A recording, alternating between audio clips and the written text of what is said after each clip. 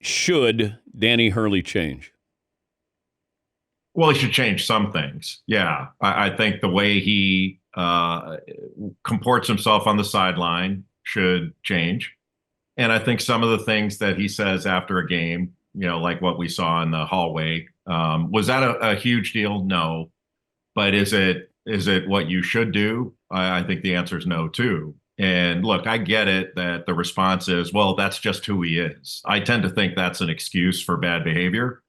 It's not a crime. It's not a big deal. So on one hand, you go, well, we don't have any characters in the game anymore, and he is clearly a character. But would it be so bad if he was just kind of superstitious and this crazy competitor and wears like superhero socks and all that stuff, and we cut out the other stuff? I mean, yeah, I think that would be okay. I don't know that the way he talks to officials actually benefits him. I know the officials don't care for it, because when I was critical of Danny earlier in the year, that was probably the first time in my lifetime officials were like, "Hey, keep going." Usually they don't like what I say. Yeah, but Bob Knight couldn't change. Coach K probably didn't change. I mean, these guys are who they are. At some point, that's who they're going to be. Doesn't mean, I mean, it was the detriment of Bob Knight. Coach K was a fiery guy. I don't know if Danny Hurley can change. I don't, he's been this way since he was at Wagner and Rhode Island. And it's not like, hey, we're the bullies on the block. I'm going to dictate what college basketball is all about. Feels like he was this way a long time ago. Oh, I'm not arguing that, and I'm not saying that maybe he can't change. If he can't, then then don't worry about it. But I would think maturity would be helpful in these situations. Like, I just don't believe, like, and I used to talk to Knight about this, like when he would embarrass a reporter, because I saw him at clinics when an unprepared, lazy coach would ask him a stupid question, and he would educate that coach and be very somewhat what I would call empathetic, I guess. Mm-hmm.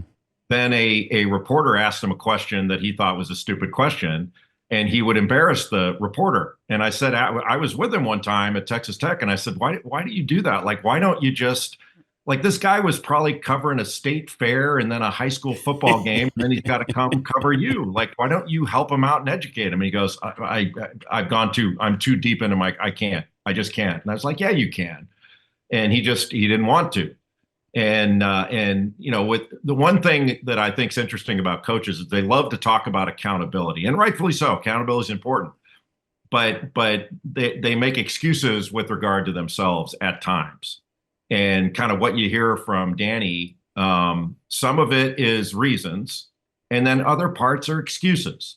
And my thing would be just get rid of the excuses and make the if you're saying I shouldn't have done this, then stop doing it. That's okay. Like, we can do that. He can still be fiery and a competitor. Like, one of the things about Coach K, and look, every coach, every player, you're going to cross a line at some point. It's competitive. I get it. But man, after games, it was pretty rare where he wasn't a good loser.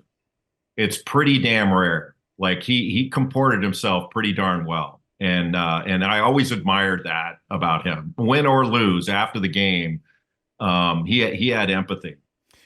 I asked Danny Hurley about not taking the Laker job, and I'm paraphrasing. He said, I'm not mature enough. I got to mature. So, like, he's aware. I just think he gets in. And I always find it ironic when coaches, like, you got to comport yourself. You got to stay in the moment. Don't go crazy. And then coaches go crazy. I never understood that Knight wanted discipline out of you, but he couldn't get discipline out of himself. Exactly. And that's sort of what I was talking about on the accountability point. Sometimes you think about, Will Ferrell in Old School, or not, was it Old School? When he's saying, we got to keep our composure, and kind of losing his mind. But look, coaches do that, but I think they can do better, and they should strive to do better and quit making excuses when they don't.